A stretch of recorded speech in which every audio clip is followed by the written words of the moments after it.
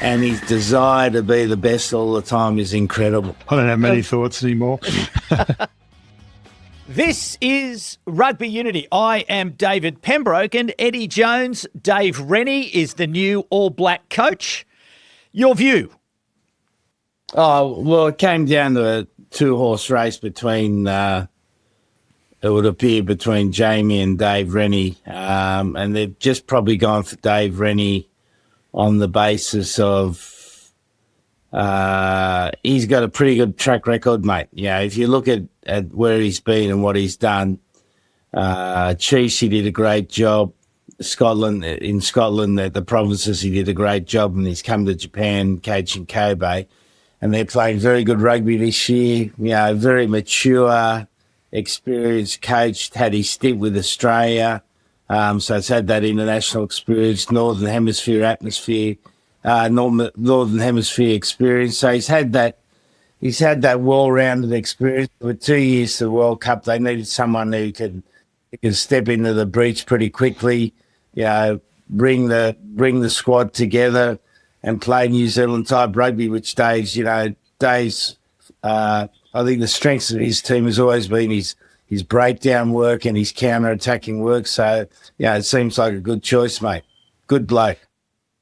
Will it change the way the All Blacks play? Look, mate, I think there's just nuances to how you play. I don't think it's a big thing, but I think they'll go back to being much more of a counter-attacking team. That's how Dave likes to play. In New Zealand, they call it spark, that transition from one to the other. And Dave's team have always been strong in that area. I think they'll be really strong around the breakdown. I think as a team, they'll probably be more abrasive. Dave's team's always pretty abrasive, pretty physical. But I think the nuance of how they play will be marginal, and it'll depend on the 9 and 10s, mate. Like, in reality, how do you play is down to the 9s and 10s, their decision-making to a large degree, unless you're an out-and-out kicking team, which New Zealand aren't. But I think they'll probably be a little bit more ball in hand. And is he likely to retain Roigard and Barrett as his 9-10? Or does he like McKenzie a little bit more? Far too early to say, mate. You'd have to know all the choices there. Roigard, to me, is a pretty impressive player. And Beauden Barrett's been the best of the 10s they have available. But they've got Richie coming back, and Mo'unga coming back. They're full of beans, want to prove himself again. He's coming back for a particular reason because he wants to be successful at Test rugby. And he wasn't happy with his performance in the 2019 World Cup or how it ended up. So that'll make it more competitive, which will be great for Dave and for New Zealand rugby.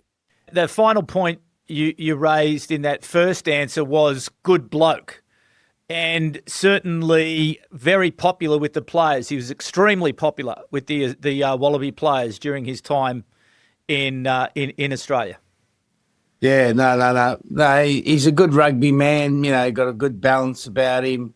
Can be hard enough. Good man management skills. Good choice, mate. Ewen McKenzie, your thoughts on Dave Rennie taking over as the new All Blacks coach, the first All Blacks coach with a Pacifica heritage? Yeah, well, I think I'm not surprised at all. I think it got down to a two-horse race pretty quickly.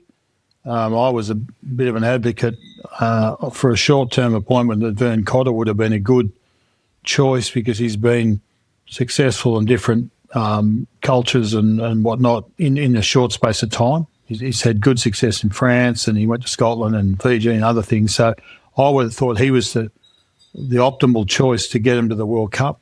But Queensland took him out of the picture really quickly.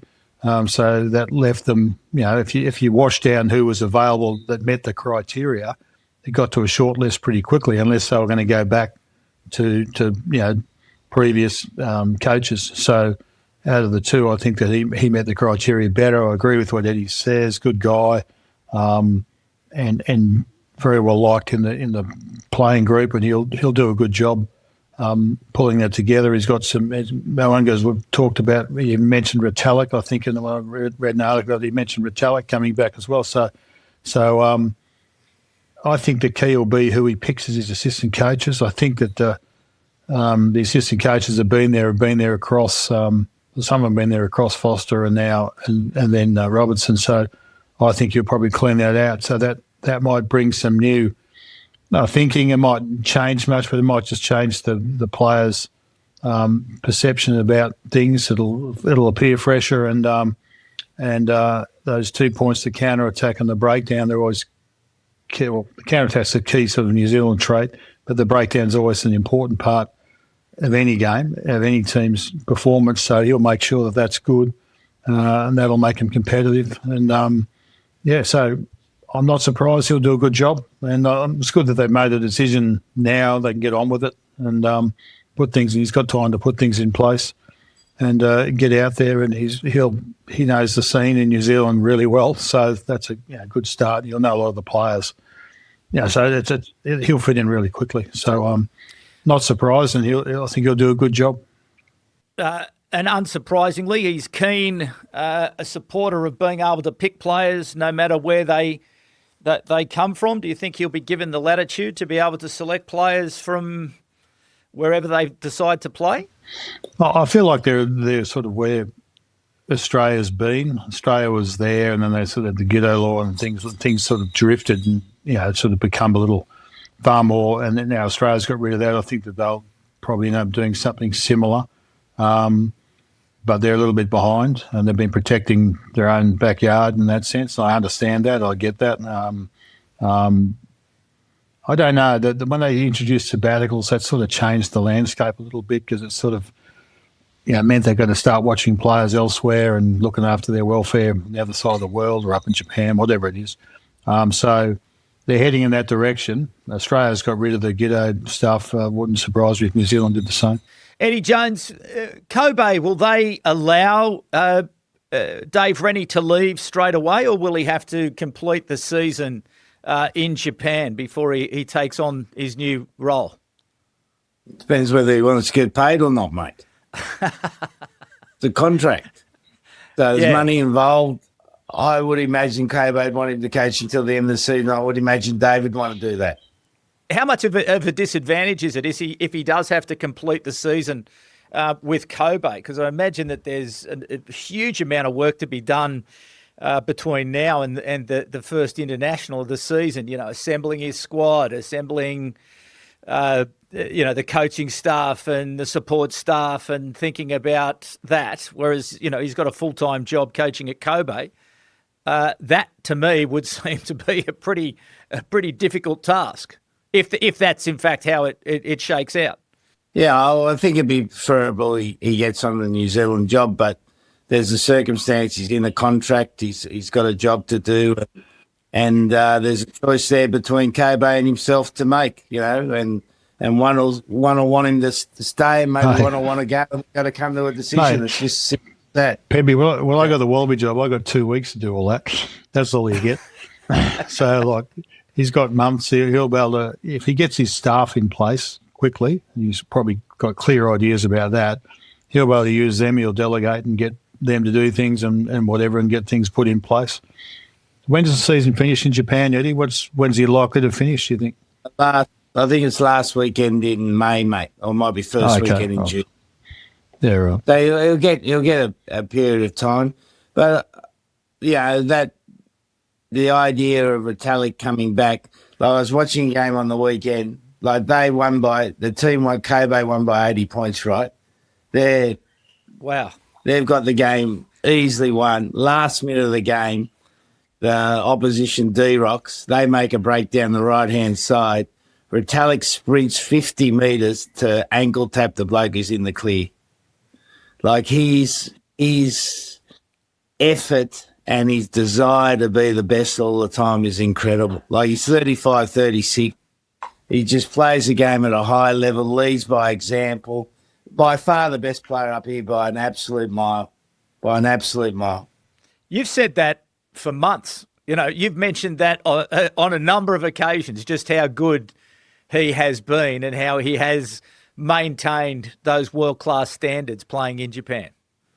Yeah, it makes you feel good about rugby when you see players do that, play at their level. And that was always the thing that differentiated the All Blacks, always an All Black, always play like an All Black, train like an All Black, and he holds those standards to the highest extreme, and you want those blokes in your team, so I'm sure he'll be encouraging him to come back. He's agreeing then, is that right we're saying? You don't have to worry about him cutting corners. He's agreed. But with that, but you would have no concerns, Eddie Jones, given that he's at the age that he is, playing in the Japanese competition. There is no sense that you would think that he is not capable of playing at Test match level. Well, you look how many South African players play in Japan, and I actually think they benefit from it. Because it's a little bit less arduous on their bodies. They get good training time in. They get enough practice. They get plenty of touches of the ball, which is an advantage because League One's like an old Super Rugby. It's like Super Rugby 2000, plenty of ball movement, plenty of touches of the ball. It's that hybrid rugby without this hard contest at the breakdown. So it's a good game to play in. And for the best players, they get plenty of touches, practice. They have a good lifestyle. They don't have to do any media. They don't have to do any endorsements. It's a good lifestyle for them. They get well paid. Their wives are happy. Families are happy. And they come back refreshed. Like, look at Malcolm Marx. He's just won World Rugby of the Year. He's been playing for Kubota the last 3 years. Like, it's an advantage for him, mate. Massive advantage for him. All right. Well, certainly that's good news, really, I think. Given that rugby union, our mission is to how do we help secure the future prosperity of rugby union around the world, and really having the best players playing at the highest level, and thinking that Brodie Retallick and Richie Mo'unga come back to the All Black side, given that they are such an important team in world rugby. That is very exciting. So a big congratulations to Dave Rennie. And can I just add something there, Pen, before we move off that? Of course you can. Yes, mate. I reckon the only other big difference it'll make, and it's a bit of a funny one, but I reckon every player in New Zealand now will think they're a chance to play for the All Blacks. Yeah. And when Scott Robinson came in, being a successful Super Rugby case like he was, there would have been a perception he's going to favour Canterbury players, Crusaders players. I'm not saying that's right at all, but there would have been a perception. And maybe, when things go astray, that perception becomes a little bit more real for players.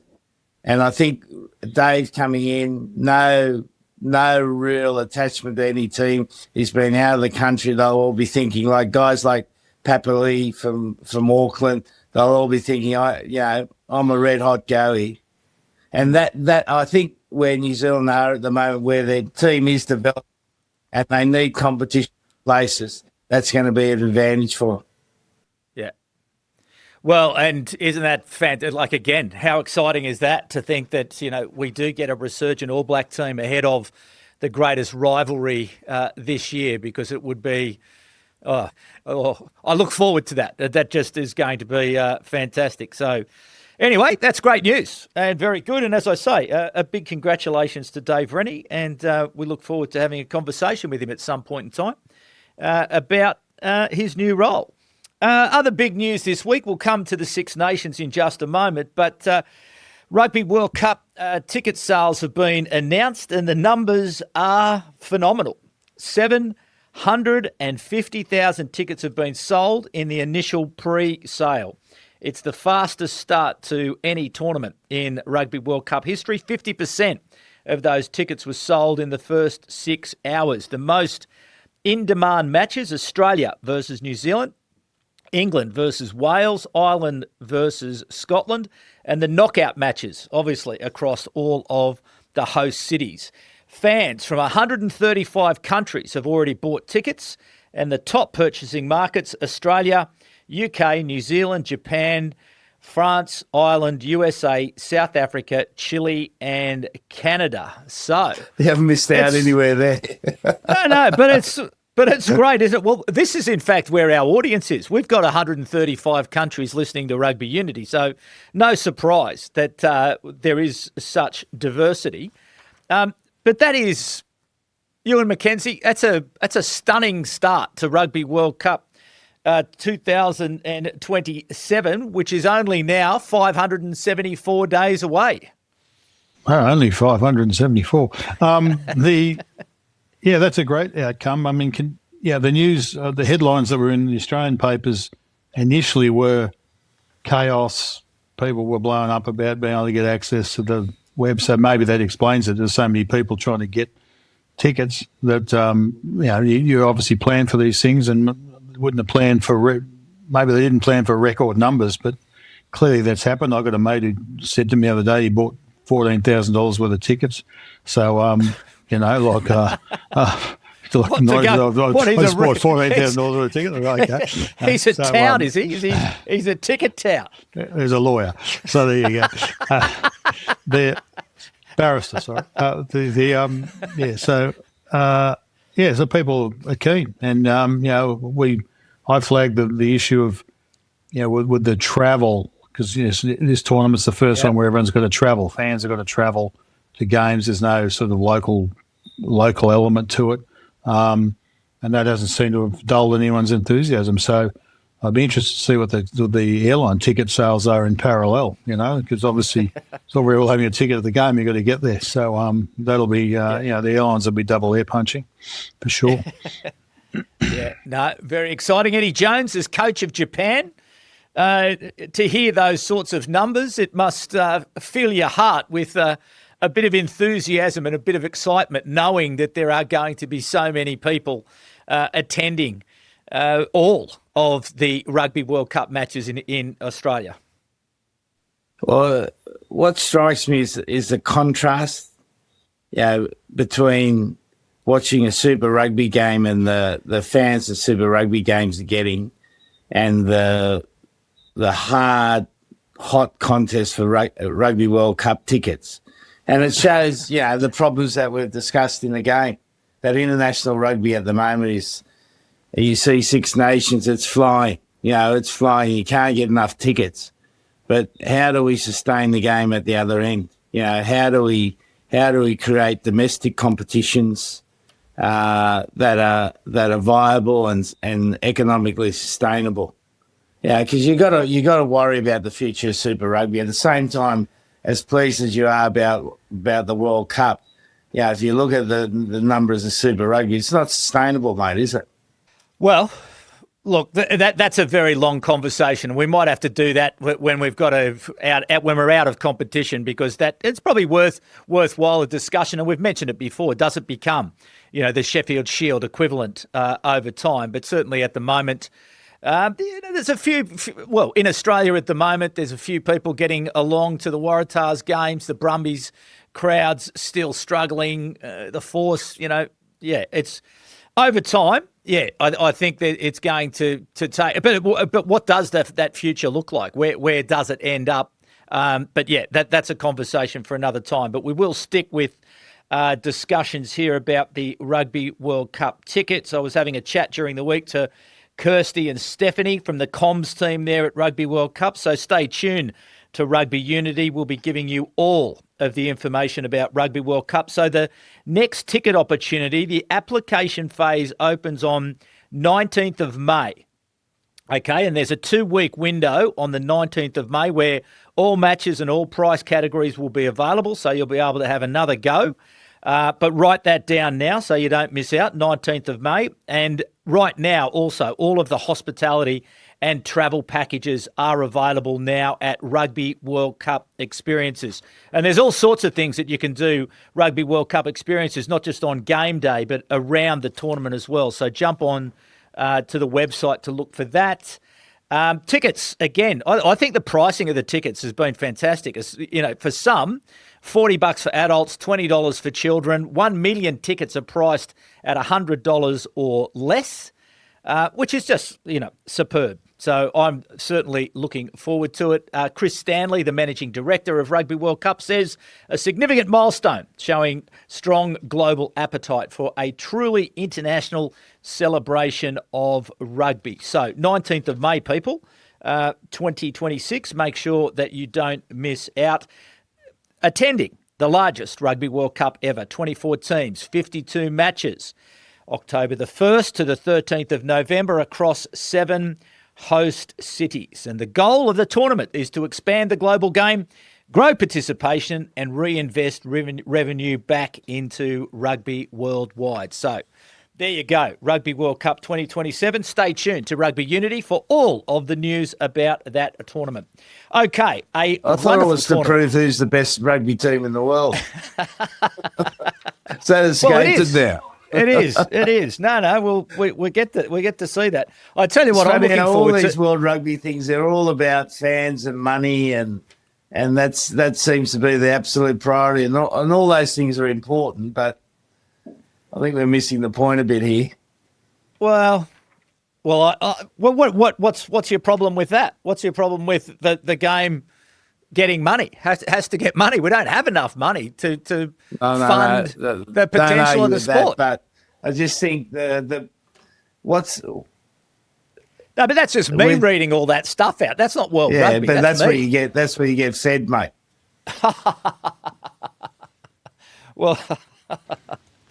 I tell you what, Pemby, I went and had a look at the charter of the game because I was ruminating about something that Eddie was talking about. It was a quiet day on the Victorian Southern Coast. It's got the farm. I thought I'll go and have a look at the charter of the game. Well, I thought it was a bit more than just all.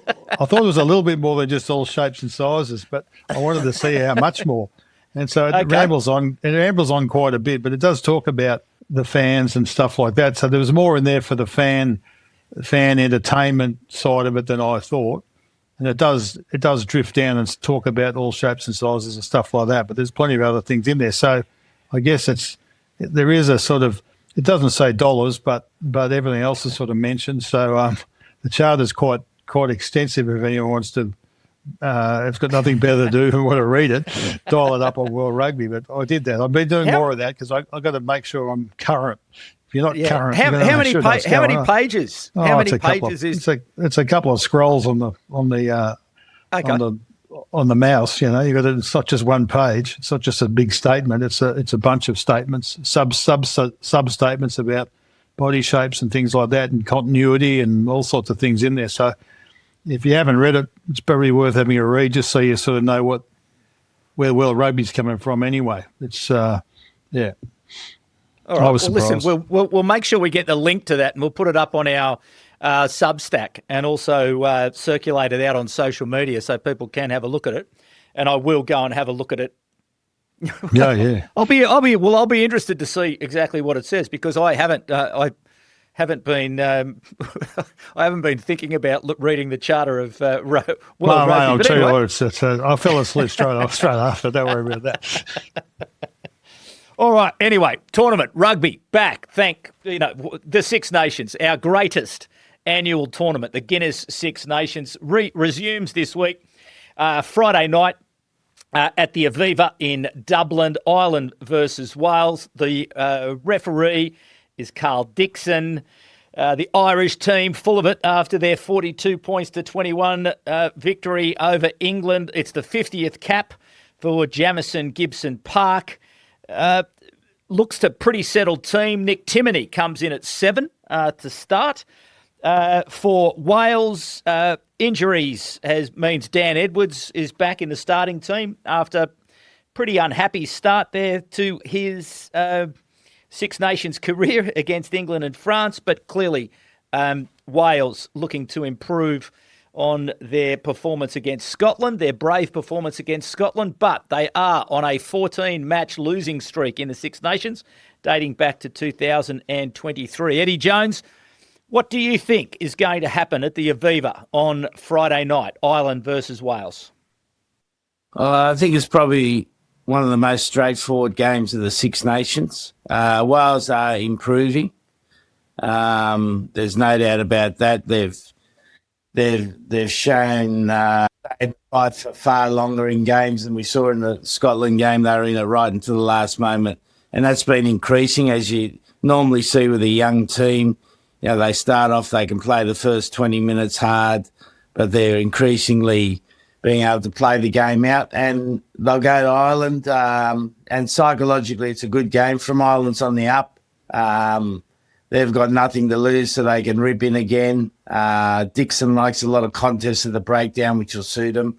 But Ireland in the end will be too good. And I think, Ireland have sort of started the tournament with everyone on their back, and now, they've resurrected themselves with the older players playing really well, and some of the younger guys come in, putting in good, strong performances. So I think Ireland will win it pretty comfortably, mate.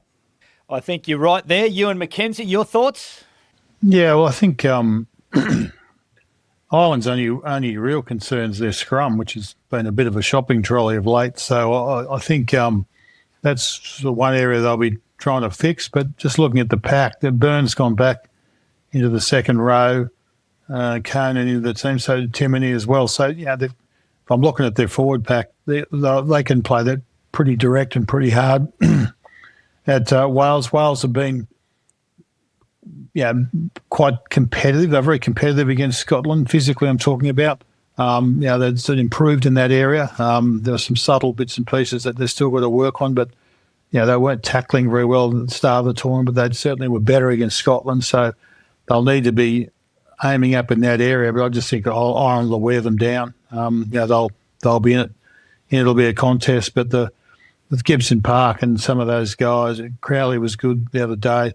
I think that they'll do the job at home. In the end, the home team has got an advantage, I believe, and that'll suit Ireland. What?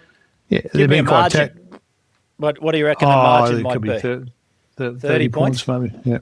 Eddie Jones, you think it'll be that size margin, about 30 points?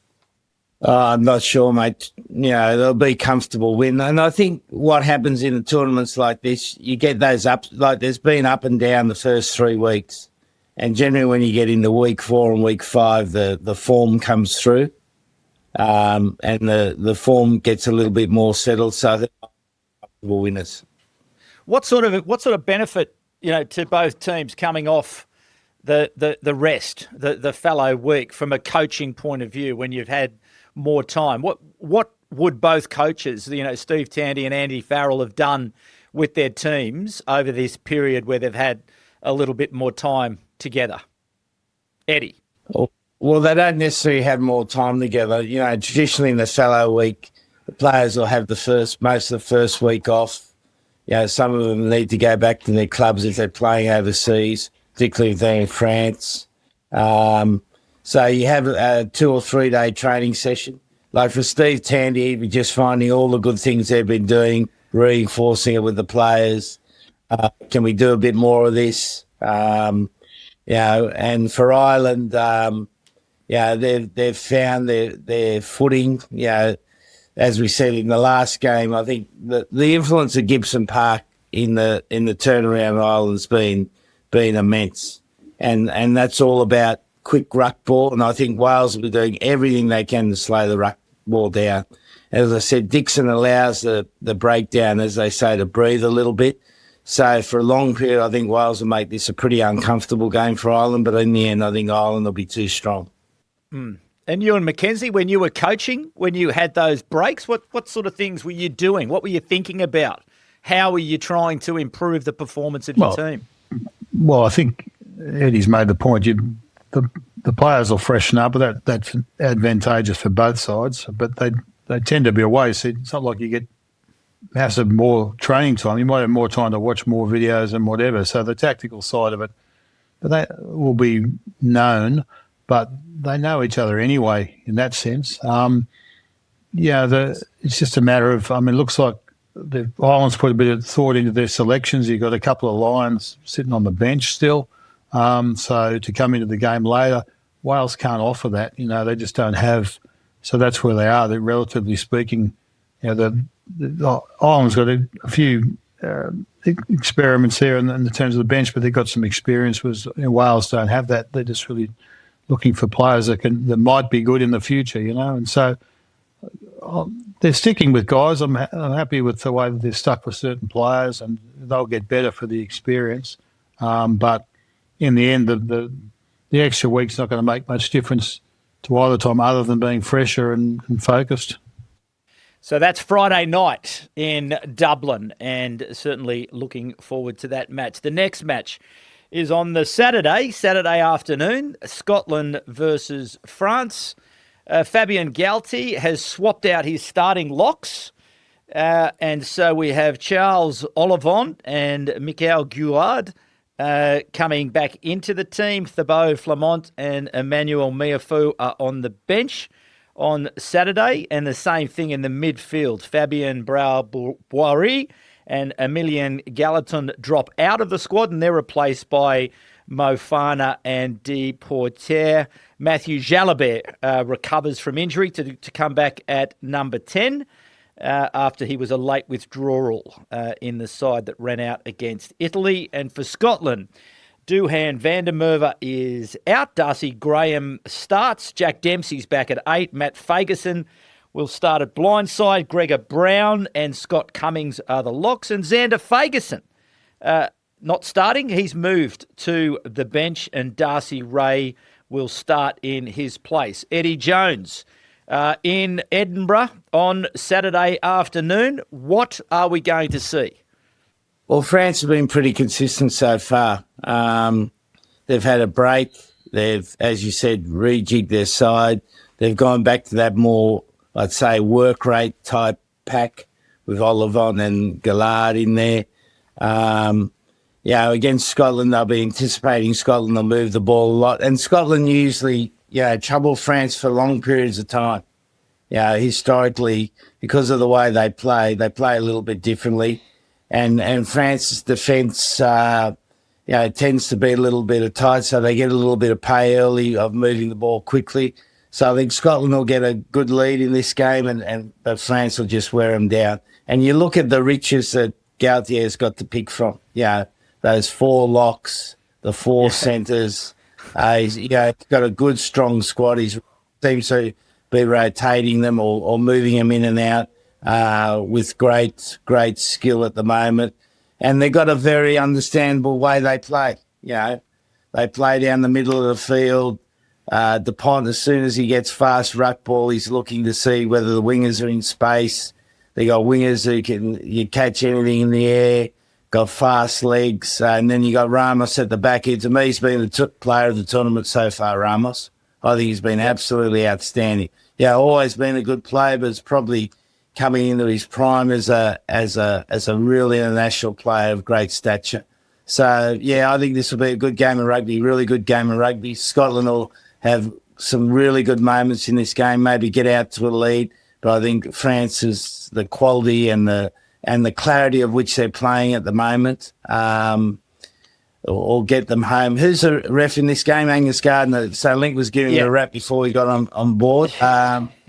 I think Link's right. He's maturing as a referee, and I think, like players, referees getting their sweet spot, and I think maybe he's moving in the sweet spot of his career. Yes, Ewen McKenzie. We were just before we got on air. You were saying that you have been very impressed with the performances so far of Angus Gardner in Super Rugby, but also, coming with this is obviously a big opportunity for him again to referee at Six Nations. Yeah, look, I think we were critical of him. I think I'm going back to, I think there was a South African test there I think it was in Durban, but he was looking for the TMO every 5 seconds and whatever, and that was sort of middle of last year. But he's really moved forward, I believe, and he looks he's getting a lot of the detail right. On his own, he's not looking for that assistance before, so I think that goes to confidence. And he's got a pretty good all-round game. He understands the game, and he's pretty, he gets the breakdown on the set piece or whatever, so he doesn't have a lot of weaknesses. I think he seemed to lose confidence last year and was relying on people around him, and now he's gone back to being his own man. I think that's working for him. So that's what I was saying before the show.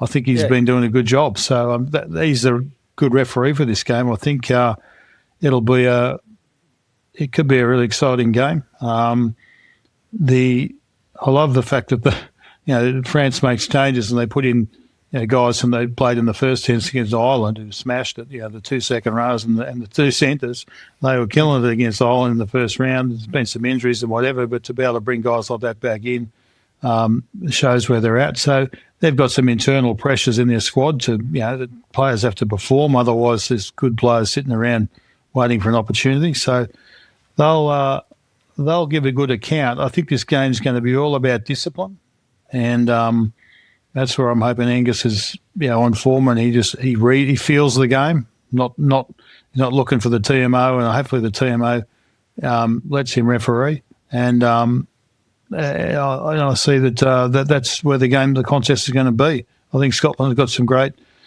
tools there. Their midfield, where they get a chance to be creative. It'll be about whether they can stop France's role. France are good at getting on the front foot, playing fast ball. It's hard to stop that. So if they're on the back foot, it's not going to be such an easy game for Finn Russell. If they're sort of playing and feeling like they're under pressure all the time. So the French line speed's pretty good in defence. So it'll be whether Scotland are creative enough, and if they can get some points early, so that the start of the game, as we always say, will be key. You get a good kick-off or a good result in the first minute, and confidence. The crowd will obviously make a big difference too. France aren't as good away from home, let's see. But I think France in the end. What are the three things that Gregor Townsend tells his team before they run out on Saturday against France? What are the three things that they need to do well to stop the France roll? Oh, they've got to tackle.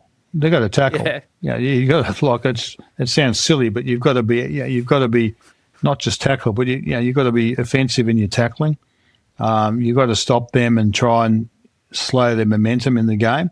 They'll be looking for offloads, so people have got to stay alive. You can't overcommit. You need to have people on their feet looking to make the next tackle. So in defence, in attack, if I'm playing France, I'm looking to play a little bit more direct, try and get the forwards into the game, but also try and starve France of possession.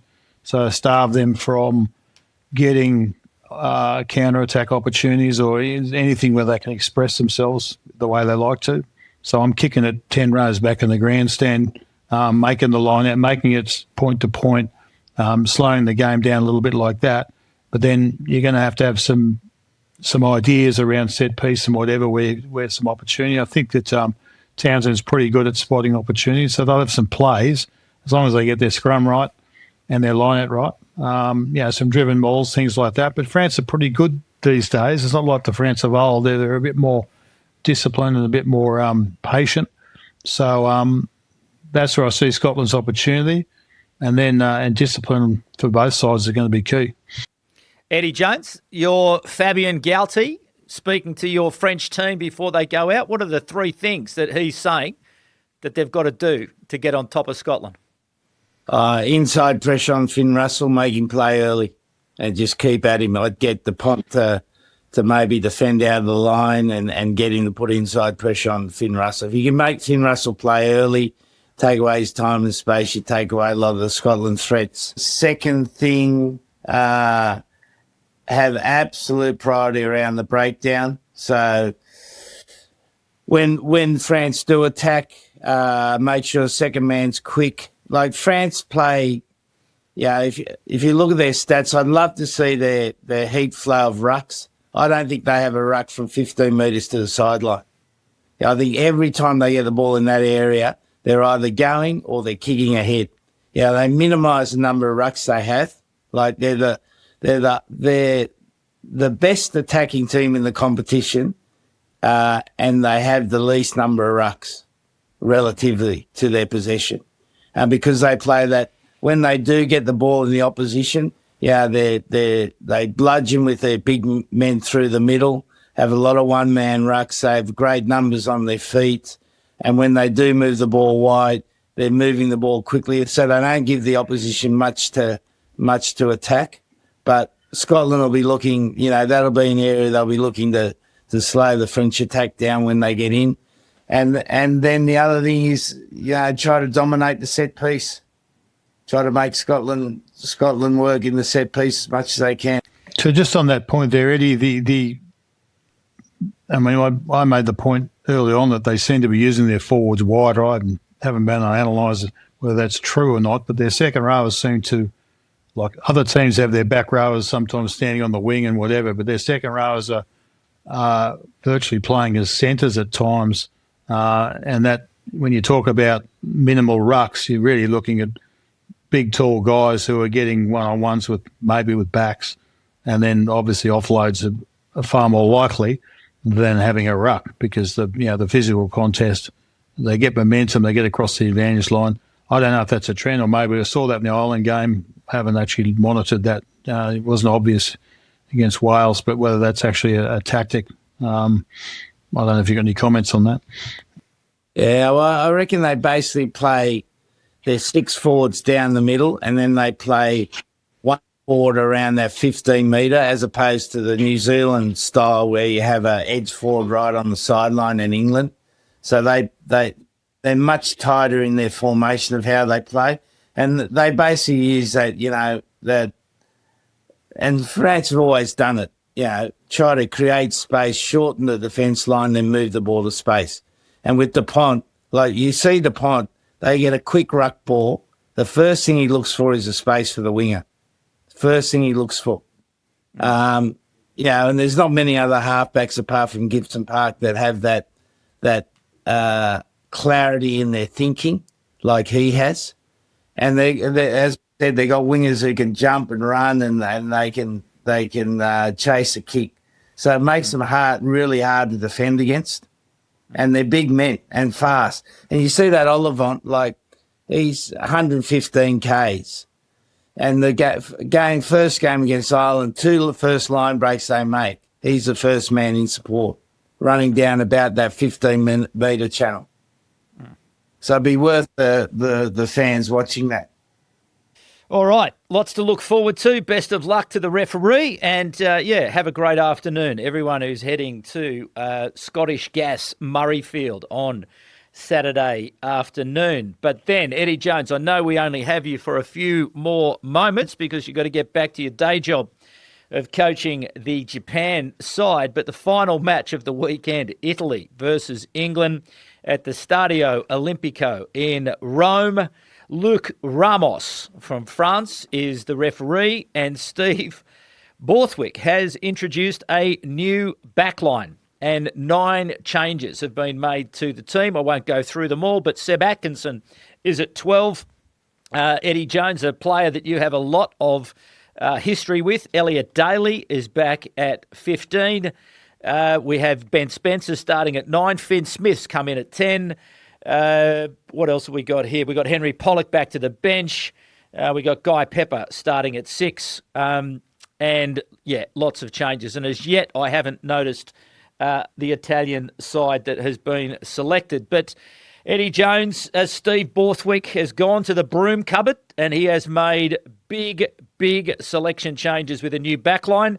Is he panicking, or was it time to make such a fundamental change? I feel terrible for Steve. I made that comment about the statement he made at the start of the Six Nations. I know he got a bit hammered for it, so shit, mate. That's the last thing I want to do. But to me, the selection looks a bit like, remember that old-fashioned thing about what you wear at a wedding? You wear something old, you wear something new. It seems a little bit borrowed, like that. Something blue. Yeah. A few new guys. Spencer comes back. Elliot Daly comes back. Both of them are pretty known qualities. Spencer's probably always has been the best kicking 9 in England. He's got that left foot kick and a good runner himself, but probably struggles in the rest of the game. Daly is the best reader of the game in England. A lot of players love playing with him. Owen Farrell particularly loved playing with him because he reads the game so well. He's got, good intellectual knowledge of the game. He's a bit like a Villy LaRue. He's got that educated left foot kick. So he's brought back for that. Spencer for his kicking game. And then you got a few new ones to throw in there, which sort of breaks that thought that you're going back to the old. So I think it's a pretty clever selection. And I think, England's always got the wood on Italy. There's a real psychological thing. I think Italy's only ever beaten them once or never beaten them. But it's a comprehensive change. And when you consider, 12 in a row, everything was rolling along nicely, the team was settled.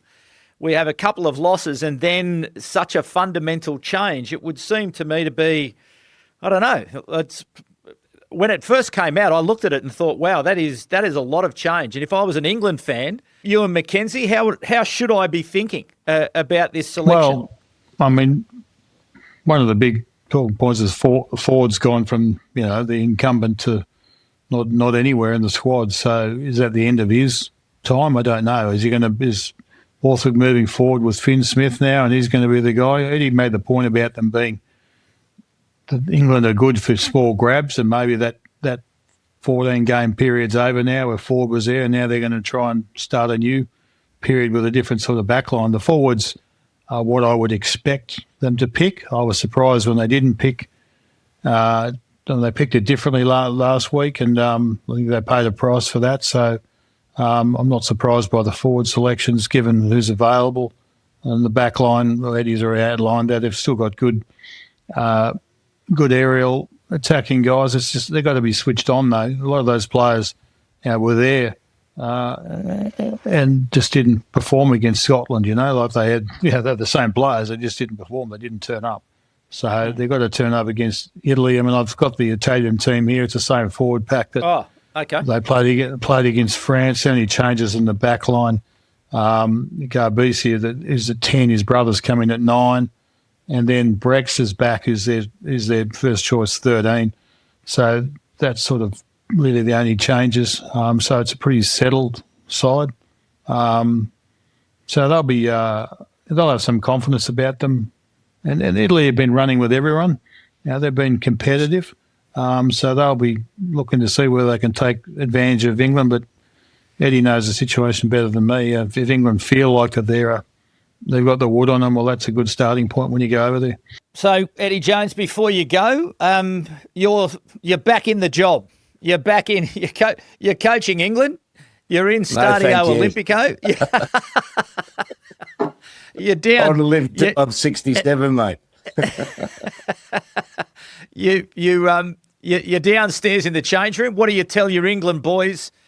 What are the three key messages to them taking on this improving, consistent Italian team in what will be, I imagine, a lively atmosphere in Rome? It should be a fantastic occasion. So what are the three things that the England team have got to focus on? Always felt when you go to Italy, it's quite a nice atmosphere. It's a big ground. The crowds are fair way away. And generally the weather's pretty good. It's sunny. It's warm. And you got a lot of English supporters there. Half the stadium will be English. That's the trip they all want to go to. Nice Italian food for a couple of days, a few red wines. It's a nice place to go, and generally you win. So it's a good weekend. And I reckon they'll try to bludgeon Italy early. A lot of high balls from Spencer. Try to play off the back of that quickly, and try to get a lead, and then just close the game down as they need to. And they've got a strong bench. Like, I like the look of their bench, England. Chesham off the bench, good player. Probably hasn't been at his best at Six Nations. So I think that with Pollock's probably his best role off the bench. Marcus Smith generally plays well against Italy. So they've got a lot of players, I think, suited to the occasion. Get out, get a lead, play English rugby, which is contestable kicks, win the ball back, play quickly, get in there 22, get a lead, and then take it from there. We're not talking rugby, we're building it. Rugby Unity. Okay, well, Eddie Jones, thank you for your time once again, and we'll let you go and get you back to your job, looking after the Japanese team coming into an exciting year for rugby, and I think it's fantastic. Like, Hang on, let's just finish this game, mate. Yeah, we'll finish in that game. That's right. We'll get to that in a moment. But yes, I'm putting you. You're now going. You're coaching Italy. Yeah. Right, well, after the year that you've had, after the year that you've had so far, what do you got to do to beat them? First of all, French referee. Yep. So I don't know if he's related to Ramos. I don't know if it's his brother or something. I don't know. But anyway, he's there. He'll understand the Latin approach to scrummaging. Italy's scrum's been good, like real good. So I'll be getting stuck in at scrum time and seeing if I can get a psychological advantage there and get the referee on board. Kick contest, they've been pretty good in that area. So that's an area that's there for someone to be won. Literally, it's that aerial contest and the breakdown. They've been pretty good at that. They've been very physical. They want to return to that because I think that England, with a 6-2 bench, will be coming at them pretty direct. England had some good success with their maul early in the tournament. Haven't really gone there tactically.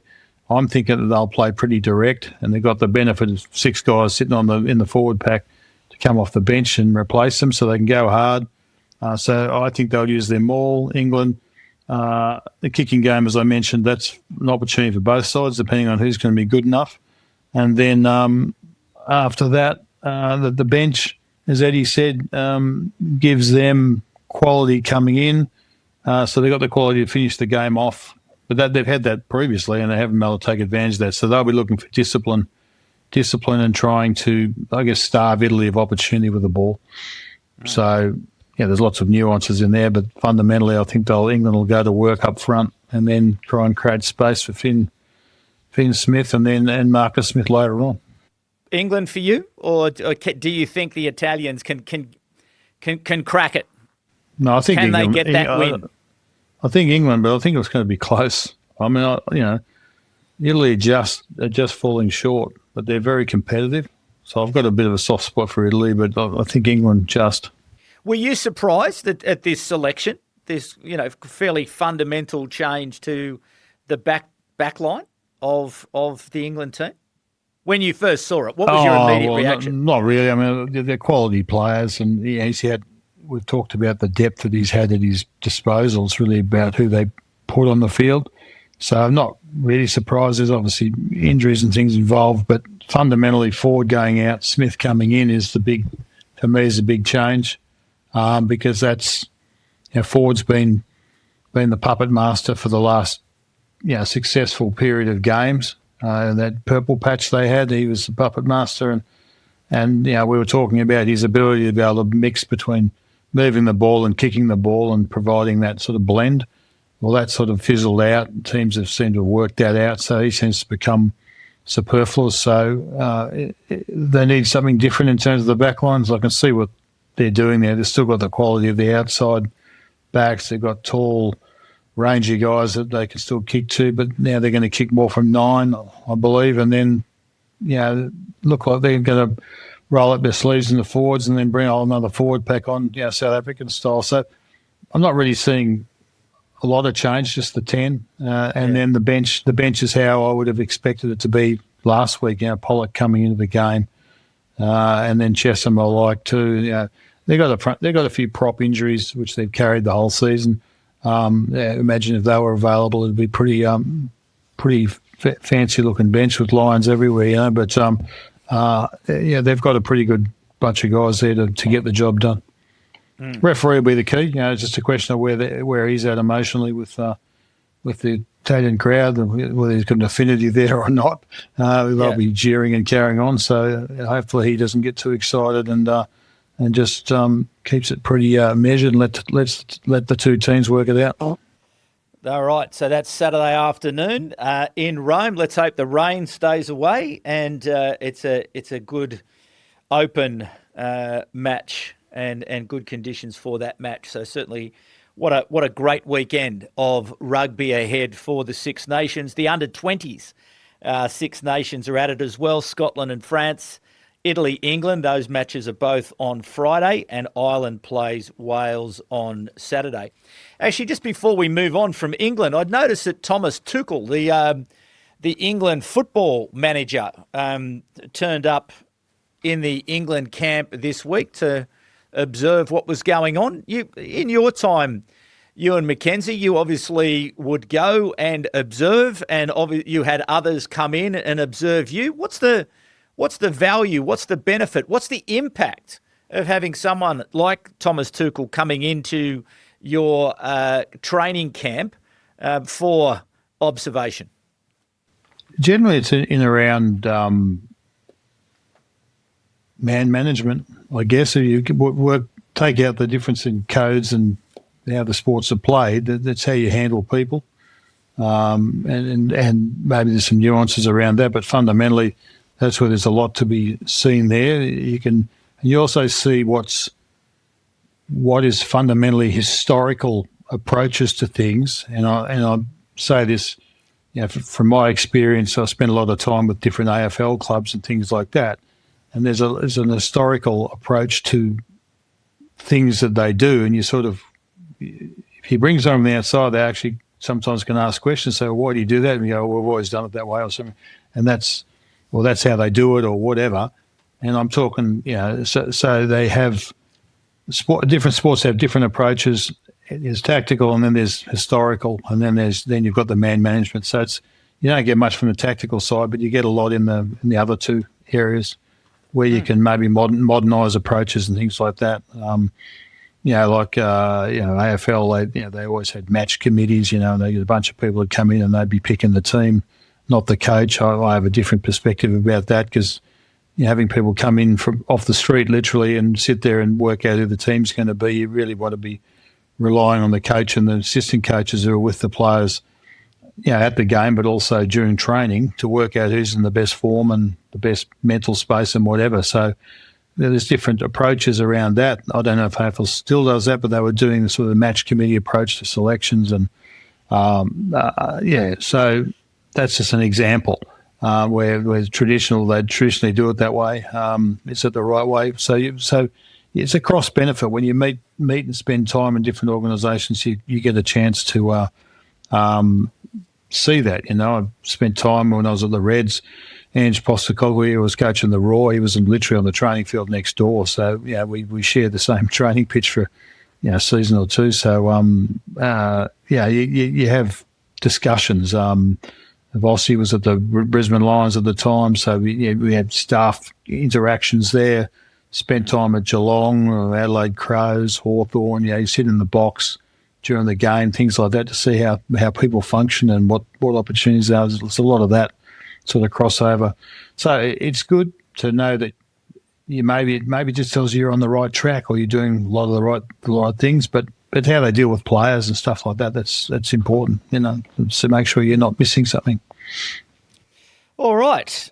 So, listen, we have run a bit over time with our program today, so we're not going to be able to get to the third voice. So, Sue Walsh, DCVN, Heinrich Swanepoel, Darren Bester from South Africa, rugby analyst, and Andre Duplessis. I promise that the next program we will get to your questions and make sure. But others, if you do have a question, please, on any of the social channels, if you're filling out the survey, keep the questions coming and we will keep answering those. And if you would like to go to our Substack, the Rugby Unity Substack, you will be able to fill out the survey for us. Helps us to understand who you are. Doesn't take long, and we would be very appreciative if you would do that. So, just some other news from around the rugby world. The Rugby Europe Championship continues this week. 2 matches on Saturday. Switzerland take on Germany. Belgium take on Netherlands. And on Sunday, Georgia against Romania, and Portugal play Spain. And in the Rugby Europe Trophy on Saturday, Lithuania take on Croatia. Now, it's an interesting one, Ewen McKenzie, that there's the Crunch, Le Crunch. There's a Le Crunch creator rugby match. So the French content creator Dason Caravan, who's got over 1 million Instagram followers, is organising a content creator Le Crunch match, and already over 20,000 tickets have been sold in the first 24 hours. So it'll be 10 versus 10 with a top 14 ref, and the video production of the top 14 broadcaster Canal Plus. The match is on May the 23rd, 2026. It's Stade Atlantique Bordeaux Métropole in France. So there are going to be 10 French content creators taking on 10 England content creators, and they've already sold 20,000 tickets. This is the sort of innovation we need to see, and congratulations to Jason Caravan for coming up with this idea, because it's great, isn't it? Like, there'll be just so many different ways of people to get into it, so many people engaged. I'm sure there'll be a whole lot. It'll be a bit sort of like the Savannah Bananas in the baseball in America, you know, where there's just, it's about everything around it as much as what's going on the field. So a great initiative. Congratulations. Ewen McKenzie, your thoughts about Le Crunch? I'm intrigued, not knowledgeable, so I need to find out more. Now you've whet my appetite. I'll have to. Well, you can go to Instagram and /Crunch Creator. So you can get onto Instagram, have a look at Crunch Creator, and everybody have a look at it and get behind it and support it and follow it on socials, and you know, what a great celebration of the game, and that'll be a lot of fun, and great to see that the top 14 are getting behind it, and the broadcasters you can getting see why behind it as well. You can see why he's got 1 million followers, can't you? we've just told another 1 million people to get on it. Yeah, exactly. So that's good. Exactly. That's the way it works. Yep. So good to him. Now, the other thing, and we'll save this for next time, but Eddie's book club this week, he has put forward his book of the week is On the Record and On the Ball, How Elite Coaches Master the Media. And I didn't catch the name of the guy who's written this book, but we'll talk to Eddie Jones about that. But Ewen McKenzie, your thought of the week? Do you have a thought of... I don't have many thoughts anymore. Given what's going on in the world at the moment, you got to make the hard decisions. That's my thought of the week. Like, okay. when you're a coach, you come along and there's lots of opportunities, and there's many forks in the road, but you've got to make the hard decision. I remember writing on the wall when I was coaching the Waratahs, you know, you can do all the fancy things, you can do what they call the 1%ers, and you can have all the fancy stuff going on, but ultimately there are hard decisions to be made in the sporting environment, and we've seen Galtier do that with Penno, for instance, the winger.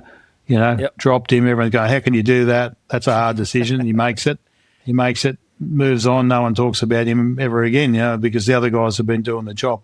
There are hard decisions in coaching, and particularly in the selection area, and you've got to make those hard decisions when they come along. Anyone can make the easy decisions. You've got to make the hard ones. So you've got to recognise the moments. So it's not just about getting married or having a mortgage. It's about you got to do this every week. You've got to make those hard decisions every week, you know. So, yeah, that's my thought. Perhaps, that sticks with me in life. You got to make the hard decisions. Steve Borthwick, you know, Steve Borthwick, perhaps the same. You know, you had to do something, and he has made those decisions, and he will live or die by those decisions in the match. Well, he's done that. He put, you know, remember the first game, he put all these lines on the bench, you know. Everyone, they're hard conversations to have with those players, but he did that in the November series, and it paid off for him, you know. So you don't always get it right. Don't think it's 100% success rate on hard decisions, but you've got to make sure you don't avoid it. And that's where coaching, easy. The other thing I'll say as a thought, easy to be liked, hard to be respected. So when you make the hard decisions, the respect will follow. Doesn't mean that they like the decision, but the respect will flow out of that. So they go hand in hand. Very good. Well, listen, a lot going on in the world of rugby, and aren't we so fortunate that this is the sport that we are involved in? And, very positive vibe around the sport as we head into another great weekend of rugby. And obviously there is lots more rugby being played around the world, as not just the international rugby that we focus on here at Rugby Unity. So all the very best to all the teams, whether you're playing at a community level or you're playing, you know, through representative, wherever you're playing, play the game, enjoy the game, and have a great time. But Ewen McKenzie, thank you so much for joining us once again here on Rugby Unity, where our mission is quite simple. It's how do we help secure the future prosperity of rugby union around the world? And you, the audience, the third voice, you are a fundamental part of the mission that we have. So please keep the questions, keep the comments coming, keep the reviews coming as well. If you can, Apple, Spotify, it does help us to be found, and it does not take long to fill out those reviews. So if you would do that as an act of kindness to us, we would be very grateful. And please follow us on social media, whether it is on YouTube, Instagram, Facebook, TikTok, wherever else we are, YouTube Shorts, Apple, Spotify, all the places. We are generally everywhere we can be found. And if you do see our content, if you could like it, share it, comment, just that, again, it just helps to build momentum around what we are trying to do here at Rugby Unity. Well, Ewen McKenzie, so much to look forward to this weekend. And to you, the audience, please, I do hope you enjoy it. But in the meantime, be kind to each other. My name is David Pembroke, and it's bye for now.